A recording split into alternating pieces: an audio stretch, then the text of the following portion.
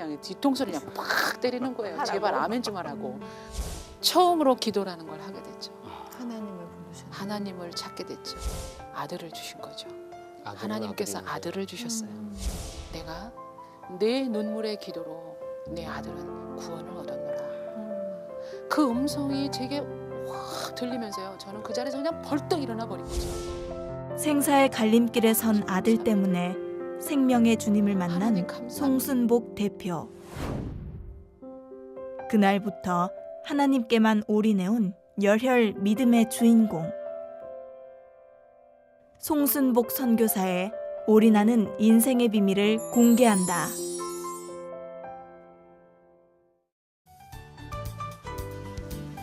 안녕하세요. 내가 매일 기쁘게 임용택입니다. 네, 안녕하세요. 정혜리입니다. 네, 반갑습니다. 네. 우리가 인생을 살면서 무엇에 올인하면 인생이 바뀝니다. 만약 우리가 하나님께 올인을 한다면 어떻게 될까요? 네. 바뀌어도 조금이 아니라 아주 많이 180도 바뀌지 않을까. 하나님의 큰 역사가 일어나지 않을까 그런 생각을 해봅니다. 아멘. 네. 좋게 바뀌는 거죠, 그게. 그렇죠. 이게 바뀌는 게 방향이 있을 것 같아요. 그게 어떻게 중요하죠, 만나느냐에 방향이. 따라서 네. 되게 바뀌는데 우리가 뭐 하나님을 만나고 하나님께 올인한다는 거 이상으로 최고의 선택이 없을 것 같습니다. 오늘 모실 분 그렇게 하나님께 올인했습니다. 라고 고백을 하시는 분이 오늘의 주인공이시거든요. 푸드앤웨이브의 대표이신 송순복 선교사님 모셨습니다. 네, 어서 오십시오. 안녕하세요. 네, 반갑습니다. 안녕하세요. 반갑습니다. 네, 감사합니다. 네. 푸드앤웨이브 대표시거든요. 네네. 푸드앤웨이브 그 이름 속에 담겨진 뜻이 있을 것 같습니다. 네. 푸드앤웨이브는 푸드는 음식이라는 뜻이고 그렇죠. 웨이브는 그 성령의 음성을 따라서 그러니까 성령의 물결을 따라서 전국에 저희의 음식이 맛을 따라 간다라는 뜻으로 푸드앤웨이브로 이렇게 기도 가운데 정했습니다. 네. 네. 근데 제가 소개해드리기를 네. 대표입니다 이렇게 하지 않고 네. 선교사님입니다 이렇게 소개를 해드렸거든요. 네네. 그러니까 회사가 선교를 위해서 세워진 건가요, 그러면? 저희 회사는 목표가 선교입니다. 네. 네. 그래서 세워지는 회사들마다 그리고 가맹점들마다 목적이 다 똑같습니다. 그래서 그 목표와 목적은 하나님의 나라를 이 땅에 건설하는 목적이기 때문에 그 뜻이 함께하는 자들만이 우리와 함께 갈 수 있는 그런 뜻으로 선교 기업이다 이렇게 제가 정했습니다. 네. 사업을 하고 계시지만 네. 궁극적으로 하나님께 올인하고 계신 거 아니겠습니까? 네네. 선교에 올인하고 계신 건데. 네. 그러니까 시작할 때는 그렇게 이제 하시는데 혹시 만약에 그 가게에 가면 네. 이렇게 뭐 이렇게 써 있어요? 그런 거 써 있지 않고. 네. 저희 자연생국수 같은 경우에는 매주 금요일은 예수님이 이 땅에 저희를 위해서 오신 날이고 십자가에 돌아가신 날이기 거죠. 때문에 매주 금요일은 저희가 세상 사람들에게 널리 희생하자는 뜻으로 자연생국수를 2,000원에 싸게. 드리고 있습니다. 네. 매주 금요일만. 금요일만. 금요 이벤트죠. 아. 네, 그래서 세상 사람들에게 2,000원씩에 판매하는 그래서 저희 자연생국수 전문점에 가시면 어디를 가셔도 2,000원에 금요일에는 맛있는 생국수를 드실 수 있게 이렇게 했습니다. 네네. 아, 그러시구나. 네. 그러니까 지금 이렇게 하나님께 올인하고 이제 일하는 것조차도 네. 그러니까 선교의 방법으로 사업을 하는 이제 네. 그렇게 생활하고 계시는데 그 워낙에 집안이 다 이렇게 믿는 집안이셨어요? 아닙니다. 저희 집안은 굉장한 유교와 불교. 그 시절에는 뭐 그렇죠. 전통적인 무당 한국 굿하고 사회에서. 점치러 다니시고 예. 뭐 그런 시절이었기 때문에 저희 어머니 아버님은 뭐 굉장한 그 1년에 거의 3-4번씩 대형 구슬하는 그런 집이었습니다. 그래서 저희 집이 굉장히 부잣집이었는데 네. 5남매 제가 막내딸로 태어났는데 거의 저는 무당 굿소리를 들으면서 청년 시절까지 그렇게 자랐습니다. 네. 그러신데 어떻게 예수님을 믿게 되셨고 이렇게 하나님께 올인까지 하게 되셨는지. 청년 시절까지는 너무 세상으로 즐겁고 행복하게 살다가 네, 결혼 날짜도 어머니가 무당한테 가서 점 찍어준 날짜에 결혼을 했습니다. 그렇게들 많이들 하시죠. 그렇게 그 많은 시절에는 분들. 그것이 흔한 시절이었고 그래서 84년도 11월 11일 11시에 점 찍어준 날짜에 정확히 시간을 맞춰서 시간까지 정확히 그렇게 결혼을 네. 했습니다. 네. 뭐 최고로 좋은 드레스 입고 정말 부러울 것 없는 그런 결혼식을 했죠. 그래서 그때 무당이 말하기를 그때 결혼 안 하면 노후까지 우리 막내딸은 결혼 안 하고 살 거라고 아마 그렇게 했기 때문에 엄마가 버선발로 그냥 내려와서 네. 날짜 정해서 그렇게 결혼을 한 것 같습니다. 네. 네. 그러셨는데요. 그렇게 사시다가. 그렇게 해서 결혼을 했습니다. 했고 종갓집 맏며느리로 시집을 갔고 그리고 그 집도 굉장히 또 뭐 보살 동자를 모시고 살 정도로 그 정도로 시댁도 아주 유교 사상과 우상 숭배에 젖어 있는 시댁으로 맏며느리의 장손의 경주이 씨 그렇군요. 아주 전형적인 그런 집으로 시집을 갔죠. 근데 그게 그때는 그렇게 뭐 어색하지 않았죠. 저희 집도 그런 집이었었으니까. 네. 그리고 데이트할 그 시절까지도 저는 부적을 몸에 지니고 다녔고 핸드백과 가방에 늘 부적을 지니고 다니며 생활을 했기 때문에 그것이 당연하다라고 생각을 했죠. 그래서 84년도 11월 11일 11시에 땡 하는 시간에 결혼을 했는데 첫 딸 효선이도 굉장히 순산을 했습니다. 네.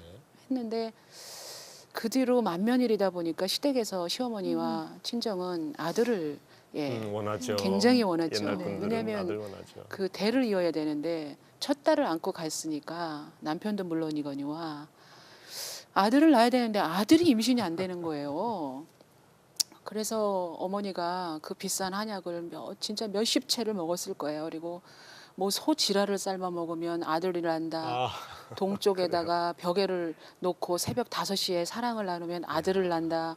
뭐 그런 걸 별걸 다 해보고 뭐 안 해본 거 없이 진짜 전국의 한약방 좋은 의사 한의사는 다 찾아다녀보고 목적이 정말 아들 낳는 네 것만 있으셨구나. 아들을 낳아야 되기 때문에 안 나면 그 어떻게 합니까? 그때는 아들 낳기 위해서 올인하신 거군요. 그렇죠. 그때는 아들을 낳기 위해서 올인을 이제 했는데 그런데 그래도 임신이 안 되는 거예요. 네. 아마 새벽 5시에 모닝콜 해놓고 네. 남편과 동쪽에다 벽에 놓고 그렇게 잔 적도 엄청 많이 있었어요. 남편분도 그렇게 동의를 하신 남편도 건가요? 아들 낳아야 되니까 아. 자기가 장손인데다가 맏아들인데다가 경주이 씨가 대가 끊어지면 안 되니까 그렇게 했는데도 임신이 안 되더라고요. 네, 아들커녕. 그런데 옆집에 사는 아줌마가 네. 지그시 저보다 한 10살 정도 더 드신 아주머니였는데 네. 저처럼 얼굴도 이렇게 예쁘고 그리고 네. 아주 지적으로 생기시고 예. 이런 분이 저희 집에 계속 놀러 오셨어요. 한 30여 차례 오신 것 같아요. 근데 결국은 그분이 저한테 복음을 전하는 거였어요. 네, 네. 저한테 전도를 하는 거였어요. 지혜로우신 분이었네요. 그렇죠. 처음부터 얘기 안 하시고. 네, 처음부터 얘기를 안 큰일 났지. 하고 아예 못 갔죠 그 집에 그럼. 네, 계속해서 올 때마다 빈손으로 온 적이 한 번도 없었어요.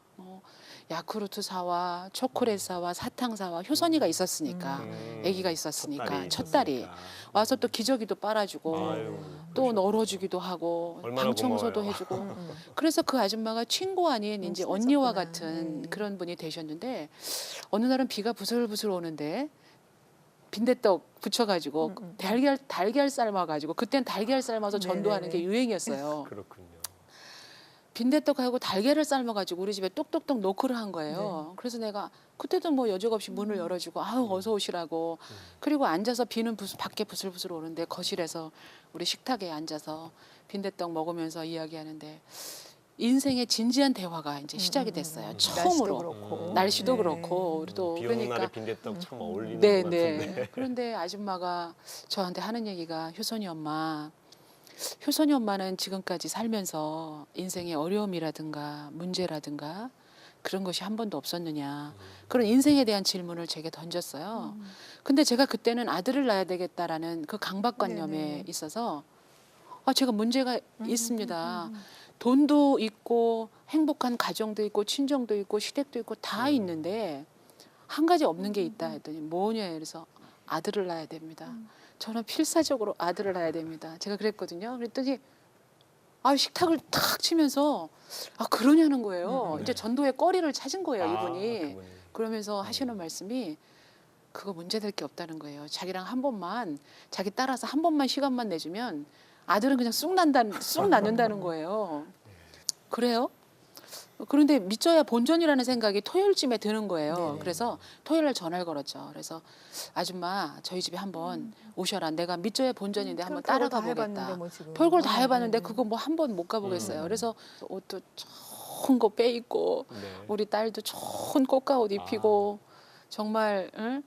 명품 같은 옷을 입고 핸드백 들고 그리고 그 아줌마를 따라서 간 거죠. 네. 근데 그게 교회였어요. 네. 첫 발을 내디디신 첫 발을 내딘 게 교회였어요. 네. 근데 교회가 정말 뭐 샨델이야 막 몇 천만 원짜리 있는 이런 부잣집 교회가 아니라 네.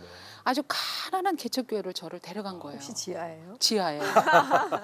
지하 2층. 그것도 지하 2층. 2층으로 예. 정말 비단 들어온 대로. 정말 빛도 없고 이 지하 2층 계단을 2번을 걸쳐서 내려가니까 쪽문이 나오는데 쪽문에다가 수고하고 무거운 짐 진자들아 다 내게로 오라. 내가 너희를 쉬게 하리라. 보시면서 그러겠구나. 아니. 여기가 수고하고 무겁구만 이렇게. 아니 그러니까요. 그분들이 우리 집 그런 상황인데. 응접실보다도 좋지 않은 데가 교회라 하니까 저는 뭐 완전히 이거 뭐이 사람들이 이상한 사람들 아니야. 명품 같은 옷까지 네. 입고 가셨는데 너무너무 뻔지르르하고 갔는데 그런 가난한 비두새는 정말 페인트도 제대로 칠해져 있지 아니하는 녹슨 건물에다가 그런 데 데려간 거예요. 근데 그 목사님이 딱 저까지 효선이까지 7명인 개척교회를 제가 들어가게 된 거예요. 진짜 개척교회입니다. 나는 팔짱 이렇게 딱 끼고 다리 이렇게 딱 꼬고 앉아서 아니 이 사람을 뭐 하는 건가 이 아줌마 쳐다봤다가 목사님 쳐다봤다가 그렇게 시간만 지나면 빨리 집에 가야 되겠다. 여기 내 잘못 왔다. 좀 이제 후회스러운 마음이 후회스럽고 아 여기는 너무너무 올 곳이 못 된다. 그렇게 생각을 하고 예배가 끝났는데 네. 목사님 축도 끝나자마자 제가 도망갈 거 뻔히 하니까 네. 성수 엄마가 모가지 딱 잡고요. 저를 강대상까지 있었어요. 딱 앞까지 끌고 간 거예요. 그렇게 안 했으면 전 도망갔을 거예요. 네. 그런데 목사님이 맨발로 내려오셔서 제 머리하고 배에다가 손을 얹고 안수해 주셨어요. 근데 진짜 뭐 너무 안수해. 머리를 까치집을 만들어 줄 정도로 그냥 몸을 흔들면서 세게 기도하셨군요. 세게 기도해 하신 거죠. 그리고 3개월 안에 임신될지어다, 태문이 열릴지어다, 아들을 임신할지어다 그런 이제 기도를 해주시면서 그렇게 구체적으로 해주셨어요. 네 성수 엄마는 아멘을 자기가 나보다 더 크게 막 아멘을 하는데 내가 거기서 느낀 게요. 전도 잘하는 사람은 아멘도 잘한다. 저는 아멘을 한 번도 안 했거든요. 너무 믿기지가 않아서 성수 엄마가 3번째는요 등을 향해 뒤통수를 그냥 팍 때리는 거예요. 제발 아멘 좀 하라고. 아니 아들은 내가 낳냐 네가 낳지. 그래서 제가 그냥 놀래가지고 아멘 튀어나온 거예요. 그래서 아멘이 됐고 그 뒤로 교회를 한 번도 안 갔어요. 제가 저 가난한 교회는 안 갈 것이다. 가더라도 내가 부자 정말 멋있는 멋있는 교회 갈 것이다. 목사님이 월요일마다 신방 오셨고 자전거 타고 오셔서 때르릉 문 콕 잠그고 안 열어지면 또 고개 푹 숙이시고 돌아가시고 그렇게 나쁜 짓을 제가 수차례 했는데 어느 날 3개월쯤 지났는데요. 네. 밥을 남편이 이제 7시면 퇴근하는데 쌀을 씻어서 밥을 얹혀놓고 밥을 하는데 밥 냄새가 아하. 탁 맞는 순간 아. 욕지기가 생기면서 미식미식이가 찾아온 거예요. 음. 그래서 제가 바로 옆에가 입실 화장실이었는데 양변기를 열고 다 토했거든요. 그래서 카렌다를 보니까 무의식 중에 임신이 된 거예요. 그게 3개월 딱 3개월 딱. 만에 임신이 된 거예요. 기도한 대로네요. 기도한 대로 선포하신 대로 한 번 딱 기도 받았는데 그게 응답이 된 거예요. 근데 저는 제가 잘나서 우리 남편도 너무너무 잘생겼거든요. 그러니까 남편하고 제가 뭐 너무 잘생기고 잘나서 우리는 그러신 임신이 줄 된 건 줄 알고 음. 그때부터 배는 불러왔고 너무 귀한 임신을 그때도 했으니까 아, 이게 기도 때문에 내가 혹시 임신하지 않았을까 이런 전혀 생각조차도 한번 해본 적 전혀 없고. 생각을 안 했고 그분들이 보기도 싫었어요. 왜냐하면 나를 그런 데로 끌고 갔으니까. 난 임신도 됐는데 네. 막 이제 이렇게 생각하셨구나. 네, 그래서 그때 더 교만이 들어왔고 내 생각과 내 아집이 더 많이 들어.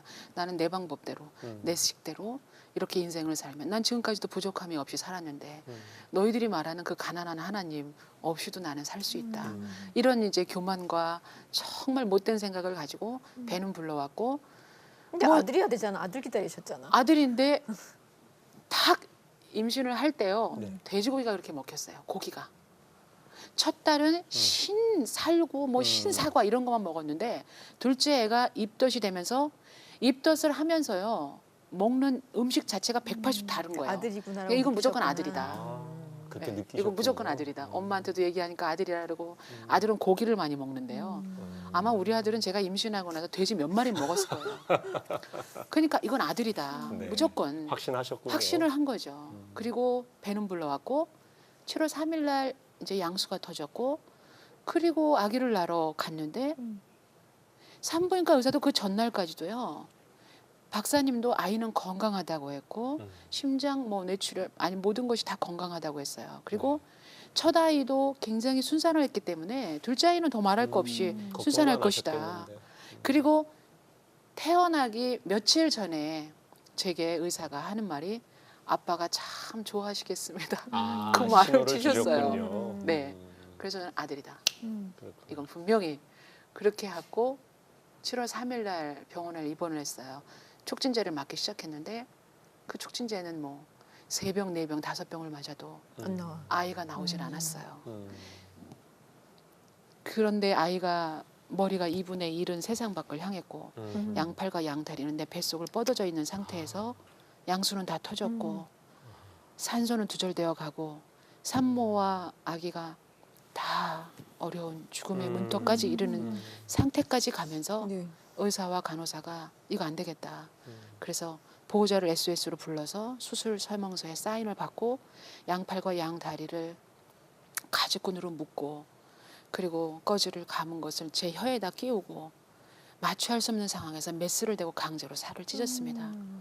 저는 그 시절에 그때 저는 너무너무 그 아픈 통증에 잠깐 기절을 했고 우리 아이는 그때 세상 밖을 이제 인공적으로 인위적으로 네, 자연이 아닌 이렇게 나왔죠.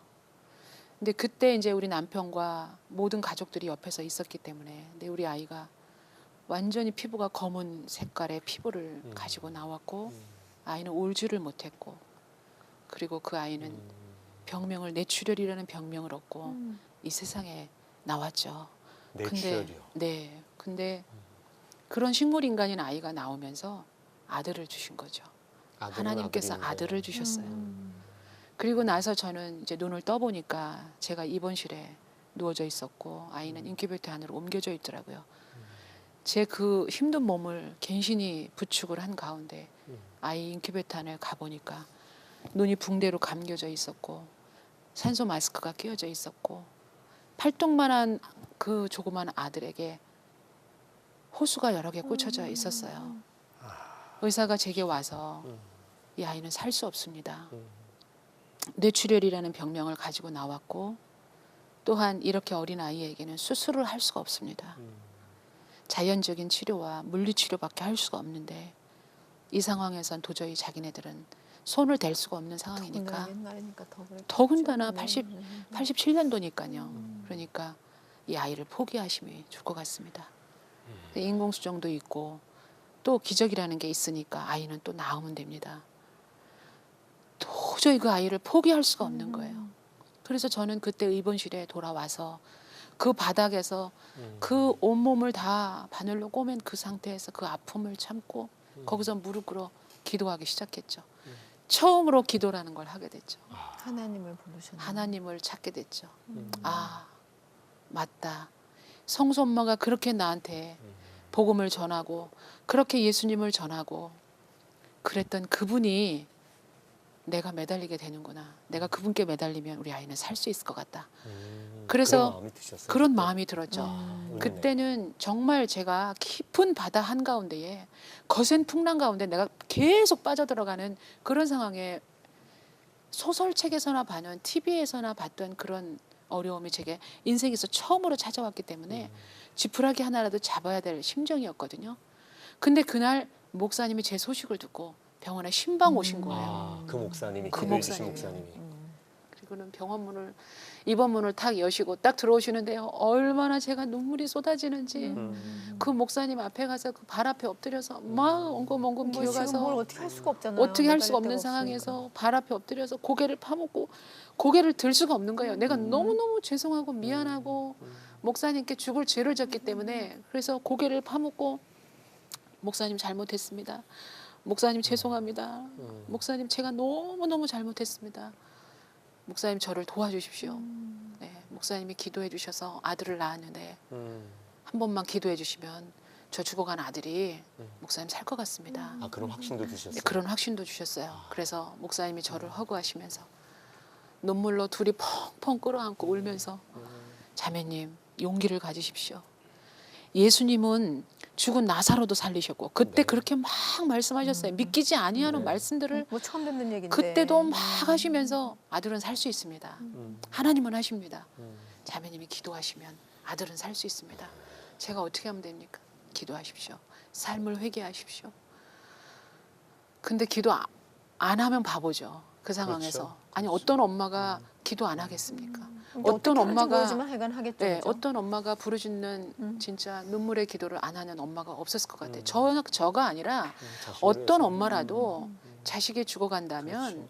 정말 안 할 거 없이 다 하겠죠. 근데 목사님이 제게 제스처를 주셨고 제게 살 수 있는 로드를 정해 주시고 가셨어요. 그 생명의 길을 이렇게 하면 살 수 있다라는 거를 정확하게 말씀해 주시고 갔기 때문에 저는 그냥 아멘 했죠. 아멘. 아멘. 절로 아멘이 튀어나오고 그때부터 이제 일주일이 돼서 제가 병원에서 퇴원을 했고 친정집 앞에 있는 조그만 개척교회가 있더라고요. 개척교회 노크를 했어요. 목사님 문이 잠겨져 있는 거예요. 갈 때마다. 그래서 교회 간판을 보고 전화를 걸었죠. 목사님 받으셨어요. 목사님 제가 이러이러한 문제 때문에 기도해야 되는데 목사님 교회에 키 좀 주십시오. 그러니까 목사님이 키를 하나 이렇게 새겨주시더라고요. 아, 아예 기도를 자유롭게 네. 하실 수 있도록. 아무렇게나 와서 하라고. 그리고 목사님 또 기도해 주시고 그래서 제 키를 받고 아예 그냥 밤이면 이불하고 벽에를 가지고 교회 간 거죠. 그래서 강대상에 가서 아무도 안 보는 시간에 해야 되니까 근데 그때 몸도 성치 않으셨을 텐데. 몸도 성치 않았죠. 지금 그러니까 내 몸 생각할 몸조리도 때가 아닌 거지. 하나 못하고 7월이면 굉장히 더운 날이었거든요. 땀을 그쵸. 뻘뻘뻘 흘리는데 그 땀을 흘리면서도 교회 가서 기도하고 또 집에 와서 기도하고 그렇게 이제 기도하면서 아들 살려달라는 그게 뭐 기도가 간절한- 기도 정말 울고 불고 그렇죠. 뭐 그냥. 그 지금은 웃음이 나오지만 그때는 그렇죠. 그냥 뭐 그냥 아들 아짜만 해도 눈물이 펑펑펑펑 쏟아지고 얼마나 간절하셨겠어요. 그때는 무조건 뭐 매달리면 살 것이다. 네, 매달려야만 된다라는 강박관념 때문에 그렇게 기도했죠. 그렇게 기도를 거의 한 3개월 정도 한 것 같아요. 그런데 그 아이가 3개월 이상 3개월 동안 인큐베이터 안에 있었어요. 그래서 우리 아이는 이제 욕창이 생기기 시작했고 세포가 다 죽어 있는 상태니까 그 피부가 거의 막 욕창이 생겨서 쉽게 말하면 피부가 썩어 들어가는 거죠. 알코올로 계속 소독해주면 또 욕창이 생기고 세포가 살아야 피부가 숨을 쉬면서 예, 이게 세포가 생성이 되는데 우리 아이는 뭐 거의 ET와 같은 예, 개구리 같이 이제 생겨가는 거죠. 아이라고 볼 수가 없죠. 명패가 인큐베이터 안에 이 애기였어요. 명찰이. 이름도 안 맞아요. 정해졌죠. 이름이 어차피 뭐죠? 죽을 이름도 이 아이였으니까. 애기. 아빠의 성을 따서 이 이시고. 이름은 애기 이렇게 해서. 근데 3개월쯤 흘렀는데 계속 제 마음에 확신이 오기 시작하면서 안방에 저희 집이 친정집이 다 창문이었거든요. 네. 근데 잠깐 제가 5분 정도 이제 실신한 가운데 너무 지친 몸 가운데 잠이 들었는데 그 커튼이 쫙 젖혀지면서 그 환상 속에서 꿈속에서 밝은 빛이 제게 확 비치면서요. 그때 예수님이란 분이 제게 처음으로 빛으로. 빛으로 찾아오셨어요. 그게 3개월 된 것 같아요. 네.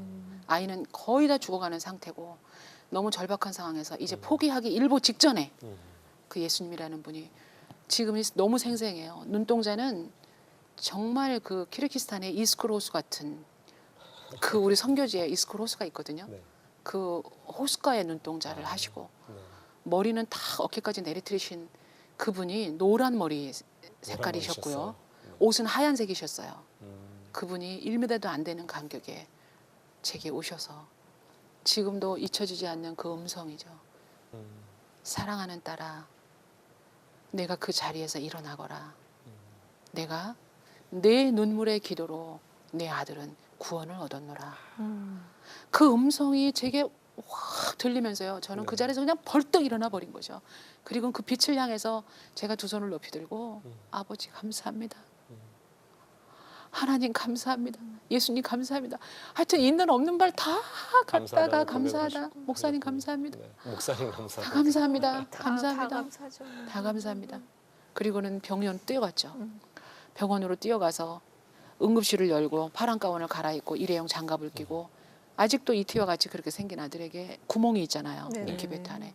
그 구멍에다 손을 얹고 제가 안수하기 시작했어요. 사랑하는 아들아, 예수님이 지금 너를 분명히 살려주시겠다라고 제게 확신을 주셨고, 제게 성령을 그때 처음 받은 그 느낌은 구름 위에 제가 구름 위에 붕붕 떠 있는 그런 느낌이었거든요. 그때는 모든 것이 다 할 수 있고 모든 것이 다 내 것 같았고 모든 것이 아들은 반드시 살 수 있다는 확신이 왔어요. 네. 제가 그 확신으로 그게 안수를 했죠. 예수님이 너를 살리실 거다. 사랑하는 아들아 일어나라. 예수님의 치료의 광선으로 일어날지어다. 붕대는 풀러져 나갈지어다. 호수는 떨어져 나갈지어다. 산소 마스크도 떨어져 나갈지어다. 구체적으로 제가 인큐베이터 안에 기도하고 네. 그 바닥에서 엉엉 울면서 막 기도를 하는데 간호사가 막 끄집어내는 거죠. 아줌마 이러면 안 됩니다. 그렇겠죠. 애기 엄마 이러시면 안 됩니다. 나와서 인큐베이터 그 밖에 나오면 문을 이렇게 딱 걸어놓잖아요. 그리고 면회 시간에밖에 갈 수 네네네. 없거든요. 근데 늘 그 밖에서 이제 그 문 붙잡고 기도하는 거죠. 네, 예수님 기적이 일어날 우리 아들에게 기적을 행해 주십시오. 그렇게. 그런데 그렇게 기도한 지 한 30일 정도 예. 되었는데요. 우리 아들의 기적이 일어난 거예요. 일어났어요. 기적이 일어났습니다. 꽉 쥐어졌던 이 손에 욕창이 생겨서 피부가 다 썩어가는 그 손에 손가락이 움직이기 왔고요. 발가락이 움직임이 왔고요. 보리물 10cc를 먹기 시작했고 먹기 시작하고. 그리고 처음으로 보리물 먹은 다음에 고추로 오줌을 쌌다는 거 아닙니까?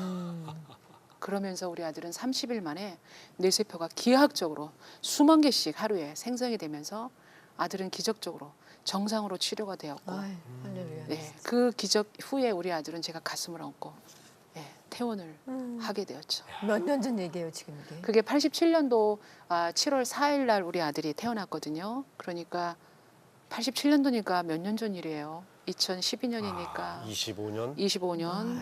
네. 근데 우리 아들은 그때부터 아주 지혜로운 아들로 잘 건강하고요. 건강하고요. 와. 4살, 3살 때부터 할렐루야, 할렐루야. 아, 또 그렇게 자랐어요. 네. 어. 아무튼 교회에서 살았으니까 우리 네, 아들은. 네. 네.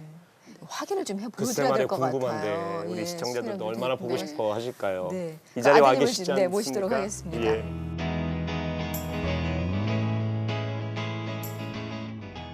네, 기적의 주인공이죠. 네. 이 자리에 모셨습니다. 이정혁 군 모셨습니다. 어서 오세요. 환영합니다. 어서 오세요. 와.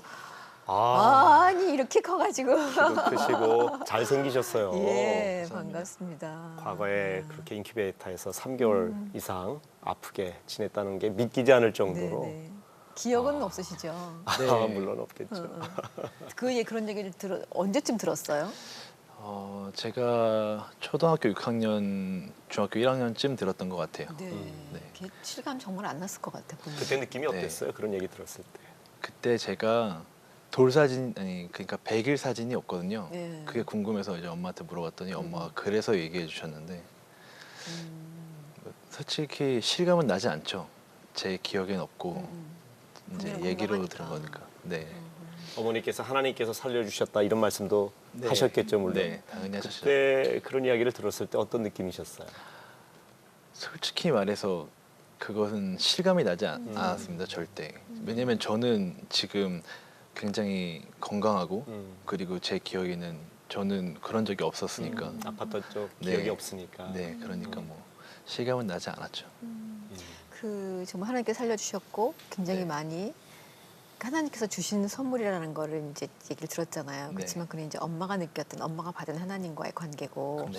본인이 하나님하고 정말 나의 하나님이구나. 하나님이 나를 살려주셨구나. 이렇게 이제 지금은 확신하시는 거잖아요. 네, 지금 예. 확신하죠. 네. 근데 어쨌든 언제 그게 이렇게 믿어지기 시작했어요? 그게 나의 하나님이 된 게 언제쯤이에요? 그게 조금 신기한 게 하나님께서 계획하셨다는 거를 느낀 적이 있어요. 제가 선교를 처음 갔을 때인데 네. 20살 때 한 번 간 적이 있거든요. 근데 제가 이제 죽음에서 다시 삶을 얻어서 그 기적으로 어머니께서 교회를 다니셨잖아요. 근데 그 어머니 덕분에 저는 유년기를 교회에서 보냈고요. 네. 그게 하나님께서 계획하신 게 아닌가 이런 생각이 갑자기 들더라고요. 음. 그래서 그때부터 그러면은 내 삶과 그리고 내가 지금 살고 있는 이 시간들이 하나님께서 계획하신 거라면 이런 생각이 들면서 선교를 하는데 그 하나님의 그 위대함과 그 모든 게 다 느껴지더라고요. 그래서 이게 어머니를 위한 하나님이 아니라 나를 위한 하나님일 수도 있겠구나 이런 생각이 들더라고요. 그게 본인이 느낀 것 같아도요. 뭐 첫째는 하나님 은혜겠지만 얼마나 아들을 위해서 기도 많이 하셨겠어요. 그 어머니의 기도가 그 아들의 삶 속에 하나님이 나의 하나님으로 느껴지도록 네. 이렇게 하나님께서 역사하신 것이다. 그렇게 여겨집니다. 어머니의 기도가 위대합니다. 네. 어머님이 지금 선교사님이시잖아요. 네네. 어떠세요? 어떤 분인 것 같으세요? 엄마는 꽉점이죠. 엄마는. 그게 참 어려운 질문이에요. 아이들은 거짓말을 네. 못해요. 네. 그게 근데 다 어느 집에나 있을 수 있는 그런 뭐 얘기 네. 들으니까. 사업을 하시느라 바쁘셔서 뭐 이렇게 밥을 해주시는 것도 제때 못 해주시고 그러실 수도 있는데 네. 근데 저희 참 신기한 게 그게 어머니 축복받은 게 저희 누나와 저는 그런 거에 절대 불만은 없거든요. 아, 그래요? 네. 뭐 저희가 뭐 집안일을 해야 된다 뭐 이런 거에 절대 불만이 없기 때문에 그쪽 면에서는 어머니는 축복을 받지 않았나 싶습니다. 네. 살갑게 이렇게 자녀의 많이는 못 달래네요. 해주시고. 네, 그런 건 없으시죠? 네, 아무래도 근데 이제 그 하나님께 헌신하는 그 모습을 또 보고 계시니까. 믿음이 있으신 거예요. 네. 아우 믿음이 저보다 네. 더 좋아요. 우리 아들이. 어머님이 하나님 사업을 하시니까 네. 뭐 그런 인간적인 부분에 있어서 서운함 없이 네. 어머님 하시는 일에 대해서 밥도 잘하고 아, 그래요? 음식도 네. 잘하고 네. 빨래도 잘하고 오. 저보다 훨씬 더 잘해요. 그래요. 다 너무 감사하죠. 어머님이 푸드 앤 웨이브 음식 네. 그 부분을 일을 하시는데 아, 정작 집에서는 집에서 일은 일이고. 일은 일이고 네. 그렇군요. 음식은 우리 아들이 더 잘합니다. 네, 그래요. 뭐 앞으로 어떻게 나는 어떤 사람이 되면 좋겠다. 내지는 아니면 어머니께 뭐 드리고 싶은 말씀 있으면 나오시면 해주시면 좋을 것 비전도 있을 수 같아요. 있겠고. 네. 첫 번째로 제가 이루고 싶은 꿈은 우선 하나님을 위해서 사는 삶을 제일 먼저 하고 싶어요. 그래서 이제 그게 무엇인가라고 생각했을 때 제가 하고 싶은 건 CEO인데 일터사도가 되는 CEO가 되고 싶거든요.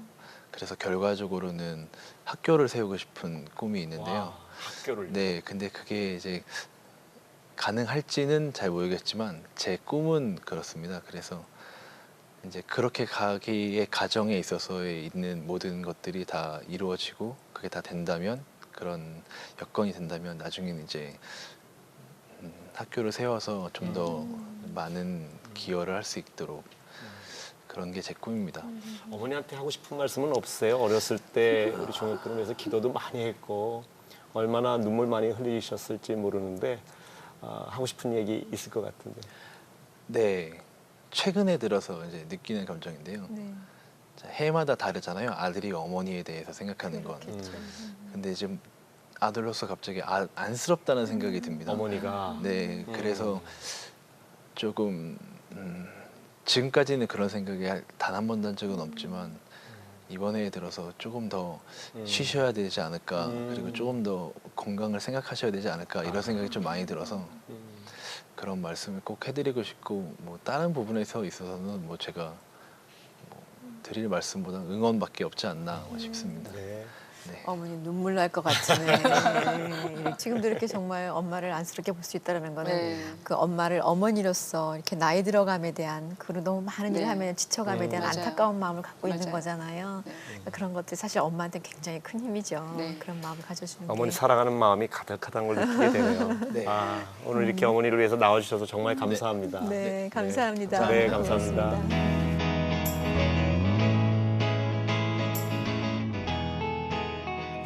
이렇게 가족들이 사실은 지나가면 잊어버릴 수 있잖아요. 받은 은혜를. 근데 네. 이렇게 정말 열매로 보여지는 확실한 네. 증거가 있으시잖아요. 저 네. 아드님이 이렇게 건강하시고 이렇게 잘 성장하신 모습이 너무너무 지금 좋을 텐데 그 생각이 드는 거예요. 사실 이 집안에서는 아들이 거의 우상이었잖아요. 네네.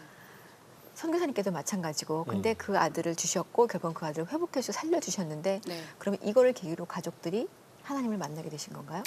이걸 가족 저희 친정과 시댁이 네. 온 전인화 가정이 다 됐어요. 음. 예수님을 전체 다 믿는 가정이 다 되었고 네. 그 많은 8년이라는 아주 핍박과 여러 게 있었지만 결국은 다 예수 믿는 가정으로 네 친정도 일대 시댁도 일대 네 그래서 한 4, 50명이 모이면 우리는 이제 추도 예배가 드려지고 모두 찬양하고 말씀 증거하고 기도하고 주기도문으로 예배 마치죠. 그러니까 하나님께서는 할렐루야.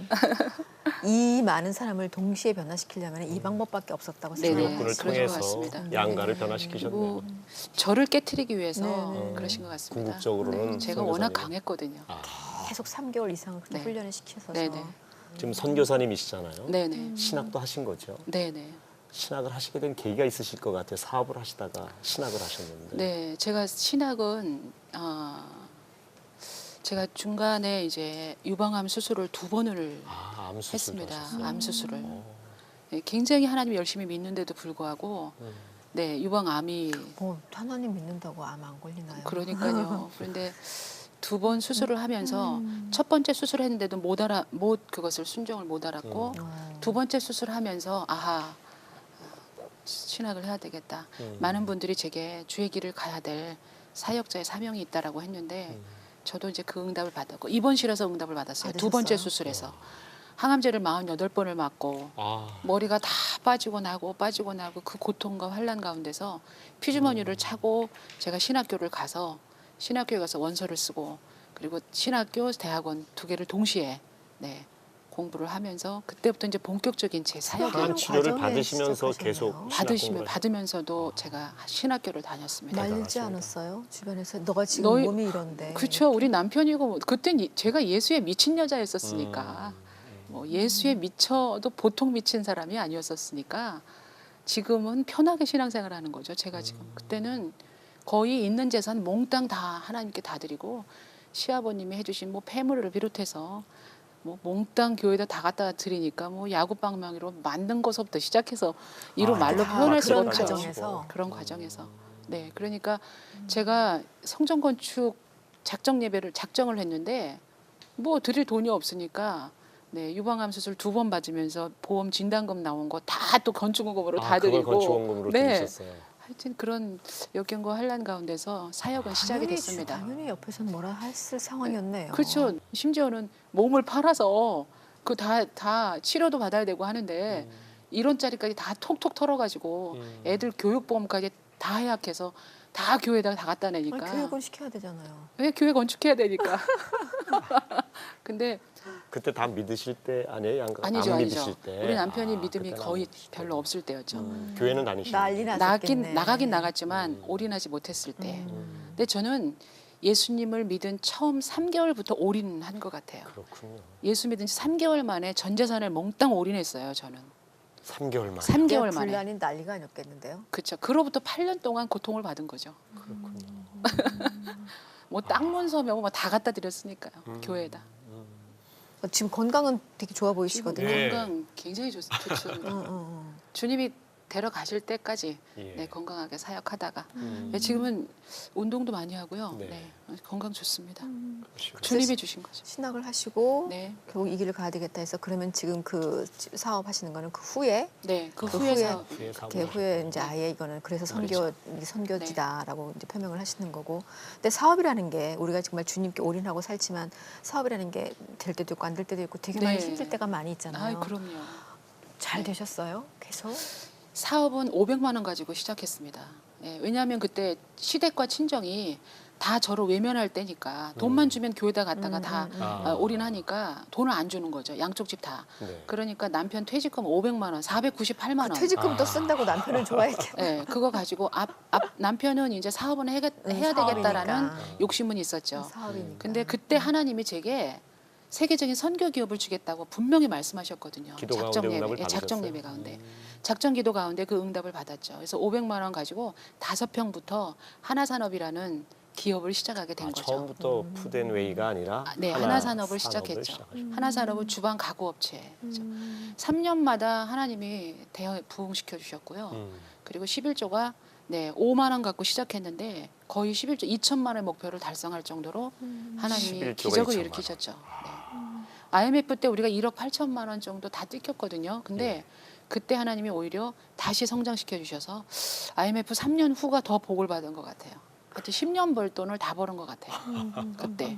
그래서 저도 사업은 올인해야 사업 성공한다라는 예, 그래서 세상 사람들 진짜 잠잘 때 저는 잠 안 자면서 기도하면서 네, 밀어붙여서 그때 선교를 시작하게 된 거죠. 그렇군요. 저희가. 네. 왜냐 선교 기업을 하나님이 주셨으니까 성장시켜 주셨고 11조 목표도 달성해 주셨고 그리고 교회와 담임 목사님과 하나님을 위해서 전적으로 기업을 하나님께 바쳤기 때문에 그때부터 저는 이제 선교지에 교회를 세우기 시작했죠. 저희가 선교지에다가 교회를 12개를 세웠습니다. 저희 기업에서. 그렇게 세웠고 지금은 이제 푸드웨이브라고 그래서 그때 세운 교회들이 다 네, 정부에서 다 빼앗아 갔습니다. 선교사들이 다 쫓겨나고 교회가 다 무슬림 지역이라 네. 어려움이 있었군요. 그래서 그때 하나님이 제게 지혜를 주신 게 일터사도다. 일터 일터사도다. 들어가라, 일로 들어가라. 일터사도 CEO 사장으로서 들어가 복음을 전하라.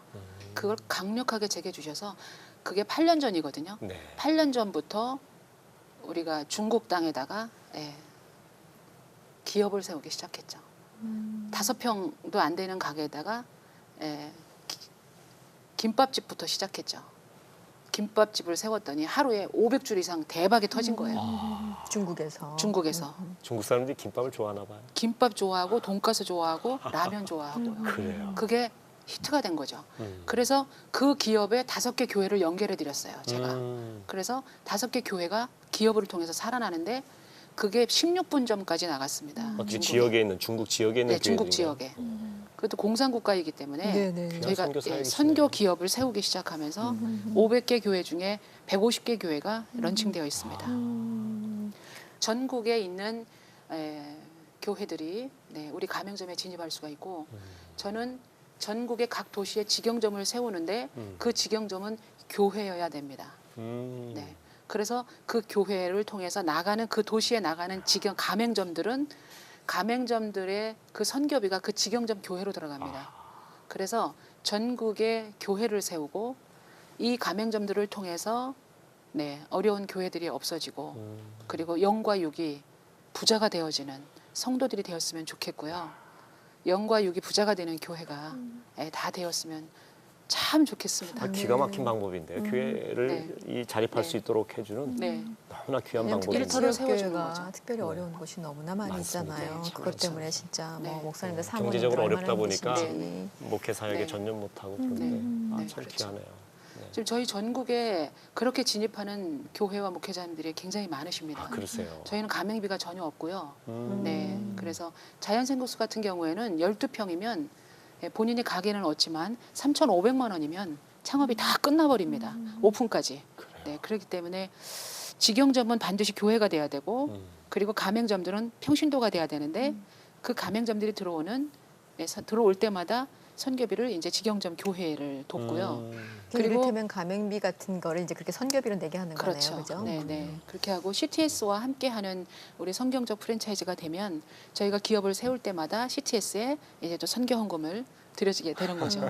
그리고 경제 부흥 CTS와 함께하는 성경적 경제 부흥이 네, 있습니다. 이제 그 컨퍼런스를 같이 하면 저는 이제 실질적인 성경적 경제 부흥은 목사님들은 이론을 가르치시고 네. 영적인 말씀을 네. 저는 그 영적인 말씀을 그대로 세상에 접목해서 일원화하는 영과 육이 함께 연결되어지는 고리로서 CTS와 이제 함께하는 네, 선교 사업이 되는 거죠. 네. 많이 세워지면 CTS에도 선교 헌금이 많이 들어가야 되니까 네, 네. 굿이죠. 네, 좋습니다. 그렇군요. 네.